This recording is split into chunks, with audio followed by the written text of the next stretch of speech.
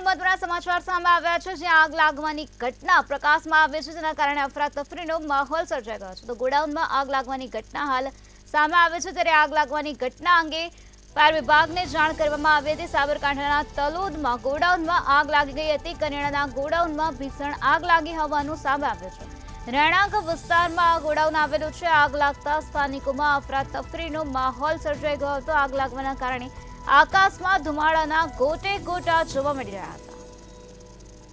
ત્યારે આ બનાવ અંગે ફાયર વિભાગને જાણ કરાતા ફાયર વિભાગની ટીમ તાત્કાલિક ઘટના સ્થળે પહોંચી હતી અને પાણીનો મારો ચલાવીને આગ પર કાબુ મેળવવા માટે પ્રયત્નો હાથ ધરવામાં આવ્યા હતા. તલોદ ફાયર ટીમ ઘટના સ્થળે પહોંચી હતી અને આગ વધુ હોવાને લઈને પ્રાંતિજ ફાયર ટીમને જાણ કરાતા બંને ફાયર ટીમની મદદથી હાલ પાણીનો મારો ચલાવીને આગ પર કાબુ મેળવી લેવામાં આવ્યા છે.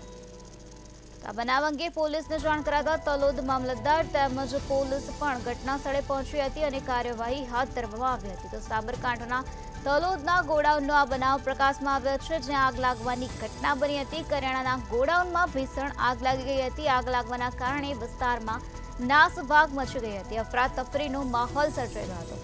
રહેણાંક વિસ્તારમાં આ ગોડાઉન આવેલું છે, જ્યાં આગ લાગતા સ્થાનિકોમાં અફરાતફરી જોવા મળી હતી. આગ લાગતા આકાશમાં ધુમાડાના ગોટે ગોટા જોવા મળ્યા હતા.